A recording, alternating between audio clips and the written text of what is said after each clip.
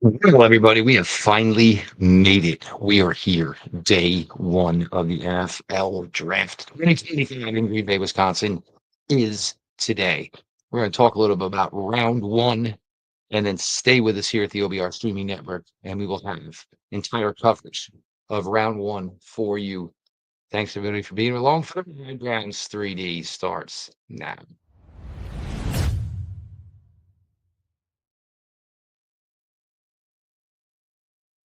Welcome back, my friends, to the show that never ends. Your daily delivery of all things Dog Pound Browns 3D on the OBR is brought to you by State Sharpening Mower Sales and Service.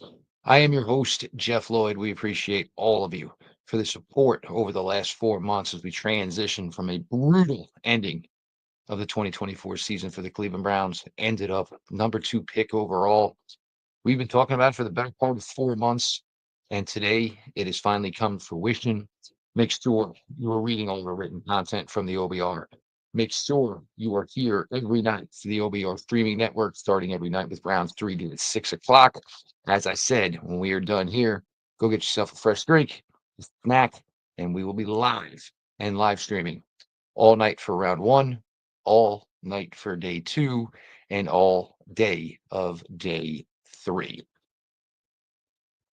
Certainly, the chill is in the air, certainly. And it's not a chill because where I'm at, it's 80 degrees, and I know it's a beautiful day out in Cleveland as well.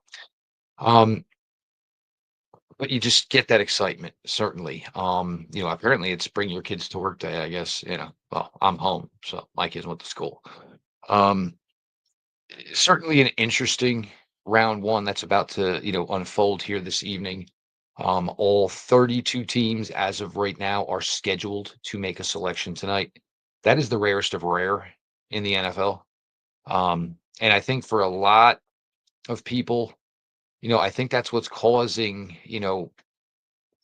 a lot of people to have some uncertainty just about how this night is going to unfold. Normally, if a team's got 2 first-round picks, the first thing you think is there an opportunity for them to make a massive jump to go get a player? Certainly teams looking to trade back into round one. So maybe those teams end up making 2 selections. There is, a lot. And I think, and you got a lot of finalized mock drafts this morning from, certainly a lot of, the top and, prominent NFL draft um, guys. And you see that it's just not a uniform effort like it's been in years past. You see some consensus maybe through the first 5 picks. Number 5, Jacksonville Jaguars seems to be something popular. I mean, you see several avenues where people have the Jaguars trading out of pick number 5, trading up from pick number 5.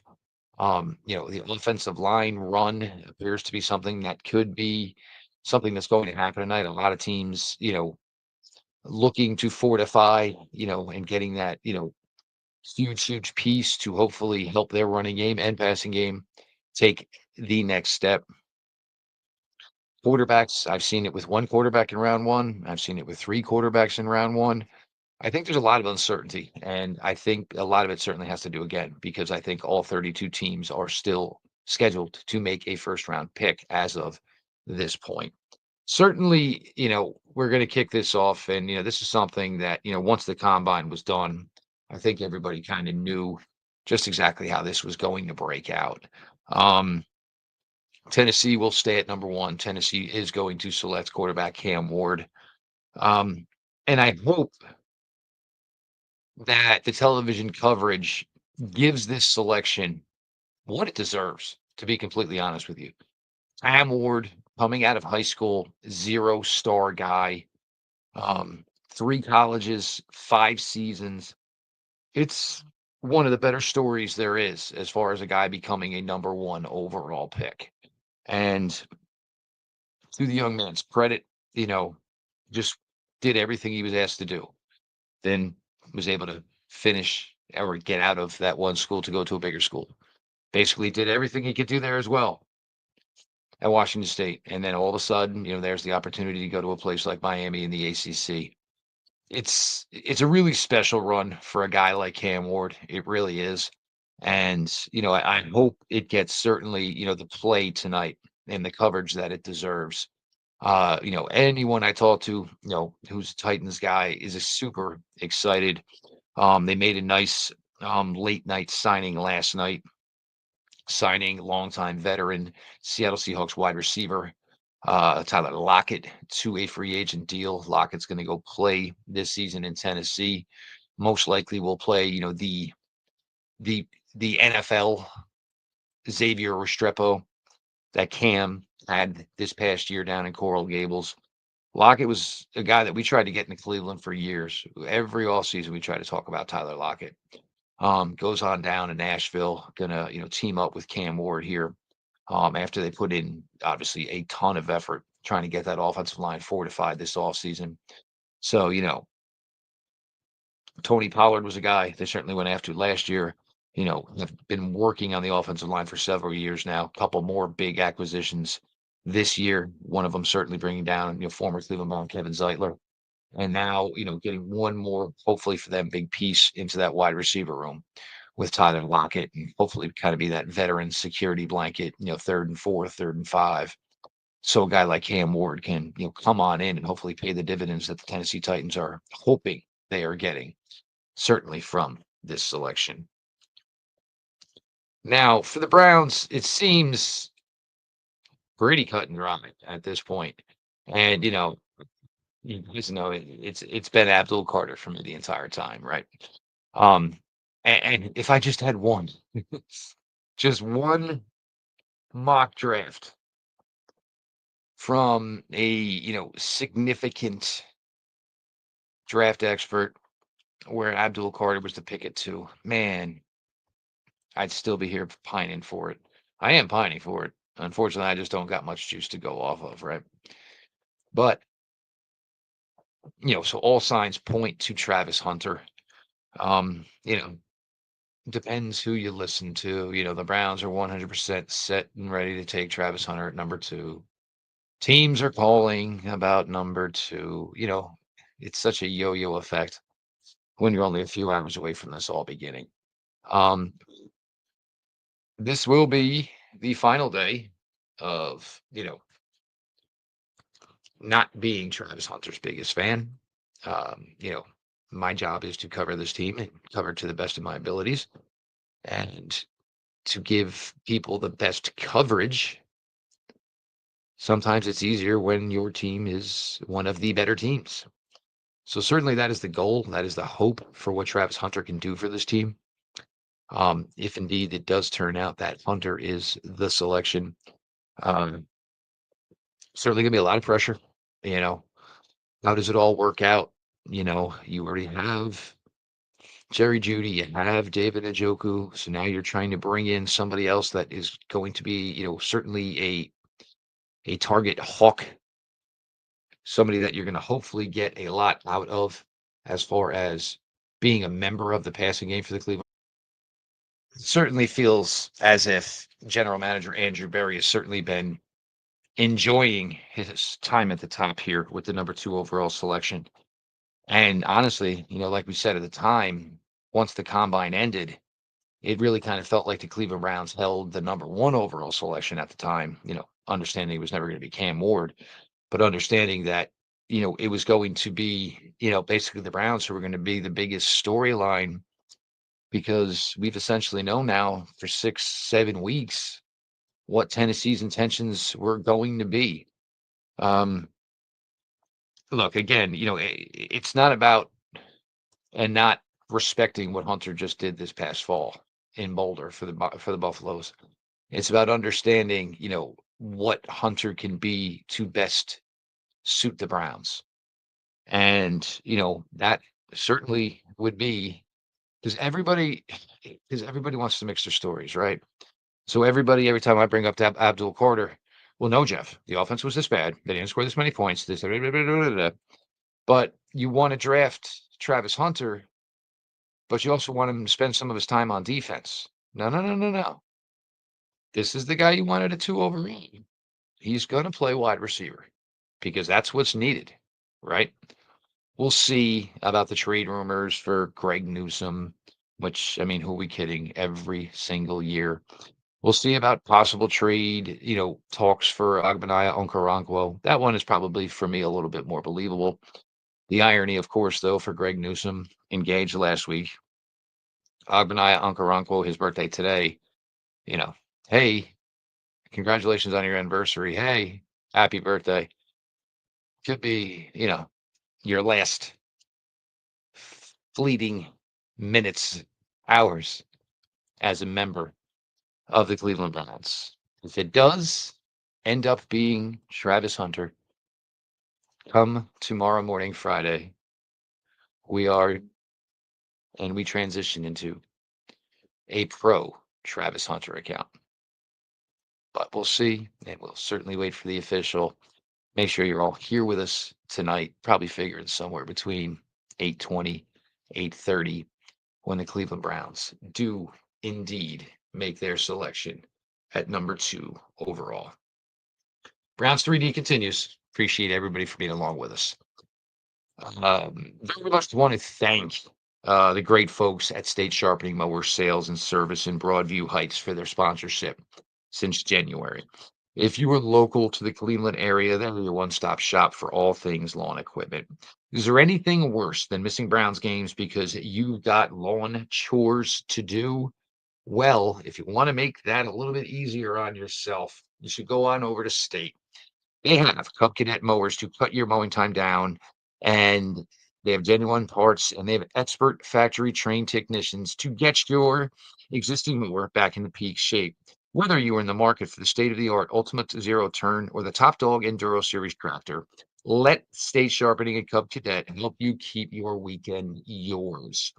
They are veteran owned. The Kane family are lifetime Clevelanders. They are lifetime Browns fans and proud supporters of all of us here at the OBR. Again, if you were local to Cleveland, State Sharpening Mower Sales and Service in Broadview Heights is your hometown team for all your lawn equipment needs. All their info is at statesharp.com. That is STATESHARP.com. Again, this is Jeff Lloyd here, Browns 3D on the OBR. Make sure you subscribe to the OBR on Twitter. Make sure you are subscribed to the OBR over on Twitch. A guy, Brad Ward, has informed me. I told you 8K was a number we were all magically working for here as far as subscribers. Brad is telling me that we have hit that 8,000 number. Again, none of this happens without all of you coming out to read, coming out to watch nightly, certainly. Giants 3, Patriots 4, Jacksonville 5. It seems Jacksonville connected offense certainly makes sense. New head coach Liam Cohen trying to get the best out of Trevor Lawrence, of course. Is it in the 5 range? Do you go get Ashton Genty? Can Jacksonville maybe get the Browns to cave and sneak on up to number 2 and get local boy Travis Hunter? Do they possibly even go from 5 to 10 and let the Bears take Ashton Genty, and maybe Jacksonville goes on at 10 and selects a player like Ted McMillan? Certainly, what are the Raiders going to do? The New York Jets, what are they going to do? There's a lot of possibilities here, guys. Through the first of the top 10, when does the offensive lineman run start? Probably first with Will Campbell to New England, if that's the way it does break out and portray. The Saints at 9, obviously an extremely interesting team to monitor here as far as the quarterbacks are concerned.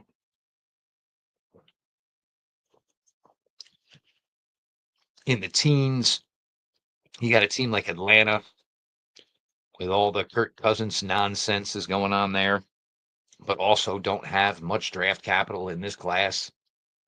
So is Atlanta just going to say, hell with it, we're going to take our BPA here, or are we going to drop down and, try to acquire some more picks for ourselves? Steelers in 21. I mean, it's literally 2:15 on April 24th. The draft starts in about 6 hours. Aaron Rodgers Could you let Pittsburgh know what the hell is going on? There is not a bigger prima donna in professional sports right now than Aaron Rodgers. And, is Pittsburgh sold on quarterback? Shador Sanders, if that's who you're going by, certainly makes it sound like he's telling everybody that Pittsburgh's the floor. It's probably the ceiling, too. And again, on Shador, I actually to the point now where I kind of feel bad for the kid. I do. Because this entire, you know, draft cycle for Shador Sanders, it feels most of it at times has never had anything to do with Shador Sanders at all. And I kind of hate it for the kid. I'm not going to lie to you because, you only get this once, certainly, for football players that are going to be drafted here this weekend. Football players have been drafted in the past, in the future, whatever. You only get one run at this, man. And Shador Sanders, who is 23 years old, you kind of wish that he would have gotten to have this handled or have this whole draft cycle go the way he wanted it to go. It feels like it's been dictated and orchestrated by Dion. And I'm not necessarily giving Dion a hard time here because I think what he's doing at Colorado was fantastic. He is molding these young men. He's certainly having them grow. All that's great stuff. But, once Shador Sanders was done with Colorado, this was kind of his path to choose. Certainly does not help that they don't have an agent because this is why you hire agents and how much they're truly needed. You know, some people will, take rock solid stands one way or the other, but it's because they're supposed to be impartial.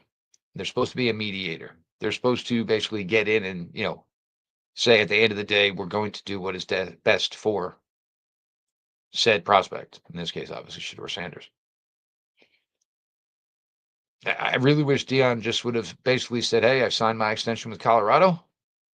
I can't wait for everybody to come on out to the Colorado Pro Day. I've got a lot of kids going into the league this year that I'm really, really excited about.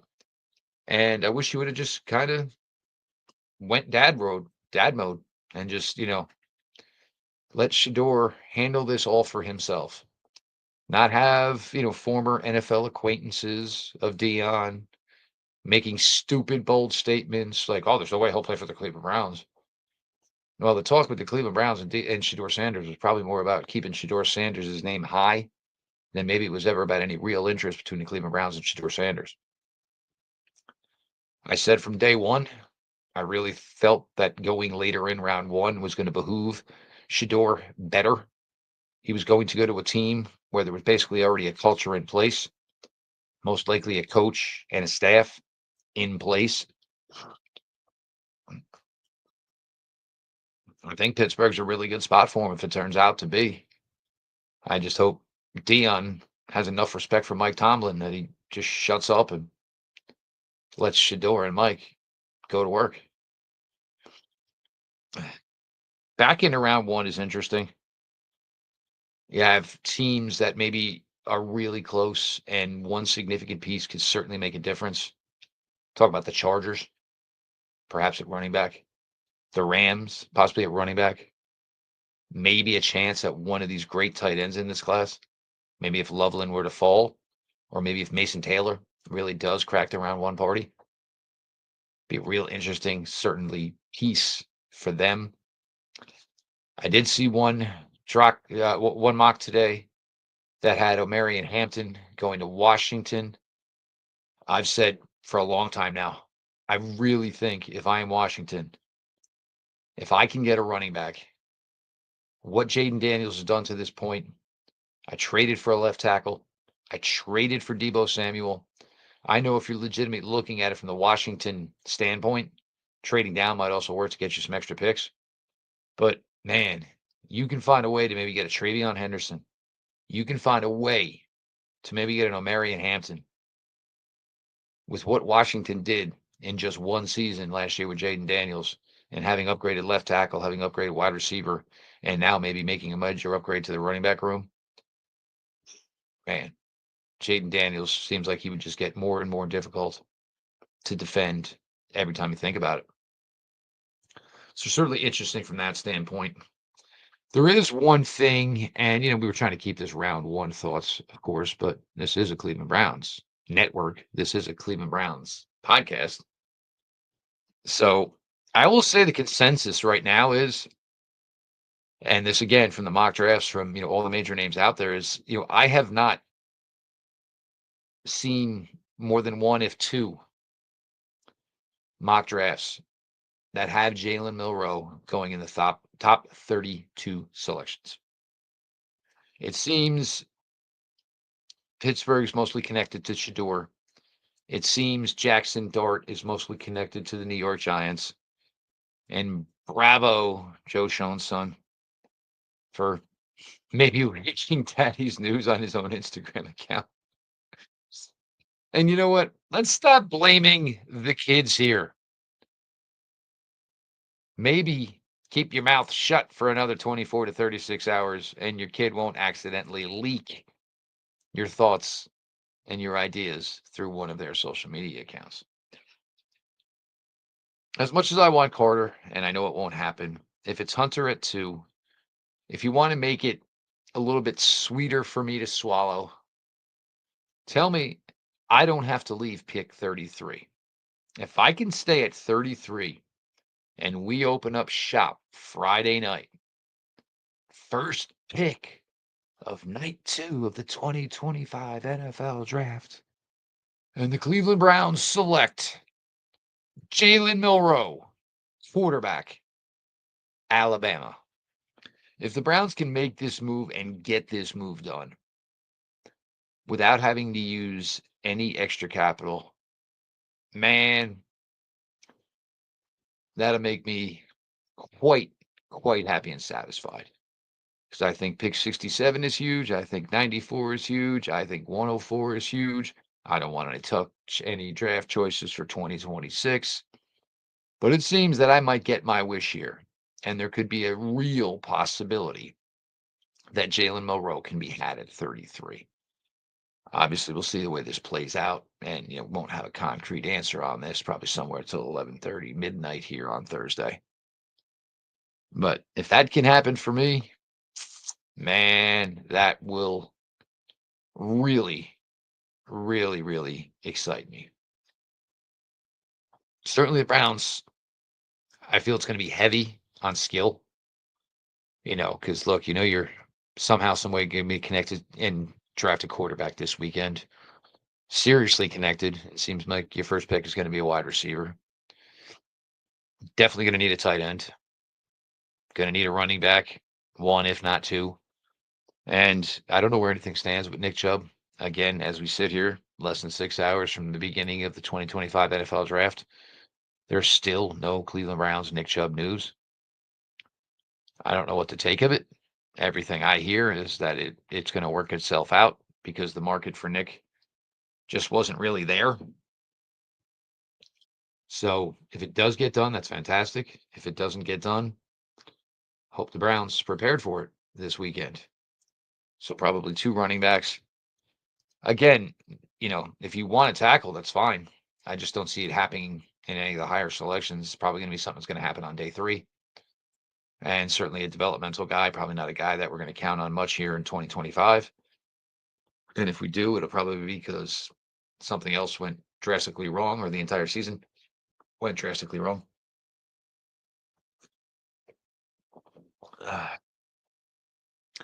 Where are we getting the pass rusher? 67. Who is going to be that pass rusher? I would highly recommend whatever you like to follow while you're watching the draft. I would highly recommend having your defensive end lists up and see where that's going to connect for the Browns. Maybe it's pick 67, maybe it's pick 94. Ashton Gillette, because I've been kind of now going to different names for Cleveland out of Louisville. Certainly a really, really interesting guy. Braden Swinson out of LSU. Tape looks good. Numbers look good. Unfortunately, didn't run. I think he's fast. I don't have confirmation that he's fast. Somewhere also on day 3, a defensive tackle. Probably looking hopefully for just, some big old 330-pound anchor that you can just put above the center or put in a, guard center gap and can't be moved. Uh, Georgia certainly got one of those guys late, Shackelford. Certainly a guy that could probably fit that bill for Cleveland. It's it's gonna be fun. It's always fun. It's a draft. I think for the Cleveland Browns fans, for all of us, I think it's gonna certainly be more fun than maybe for a lot of other teams because we kind of felt like we were, grounded. Remember the days where you grounded? Like when parents legitimately grounded you, like you didn't leave your house except for school for a couple weeks. They didn't take away your phone. You didn't have a phone, but you weren't allowed to use the house phone either, remember? So I think we all feel like we've just been bystanders for the last few years. And you know what? One pick in the top 2 rounds in the last 3 drafts. Yeah, that certainly feels like you're grounded, right? But you're back in it here, walking into this draft with 10 possible selections to make. It's, it's like you're getting to make up for what you missed out for so many years. I've watched draft day. I've had my pancakes. I am good to go. Praying the coffee maker continues all the hard work she's done for me the last 4 months. She's going to get a workout tonight. I'm going to be firing up the teapot and making sure we're getting some of that good green tea in us to give us the stamina to go pound out the next 2.5 days for you all. Keep the throat nice and loose, moist. You all hate that word. So it should be really, really fun, but be interesting to see the way how the Browns choose to manipulate all this capital and basically try to fill a variety of holes that this team currently possesses at the offensive skill position groups.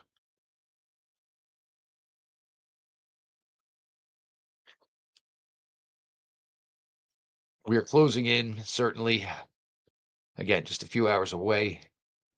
Tennessee Titans will take Cam Ward, #1 overall. The Cleveland Browns will then be on the clock. You'll have Brad Ward, you'll have myself, you'll have Pete Smith, you'll have Casey Kinnaman.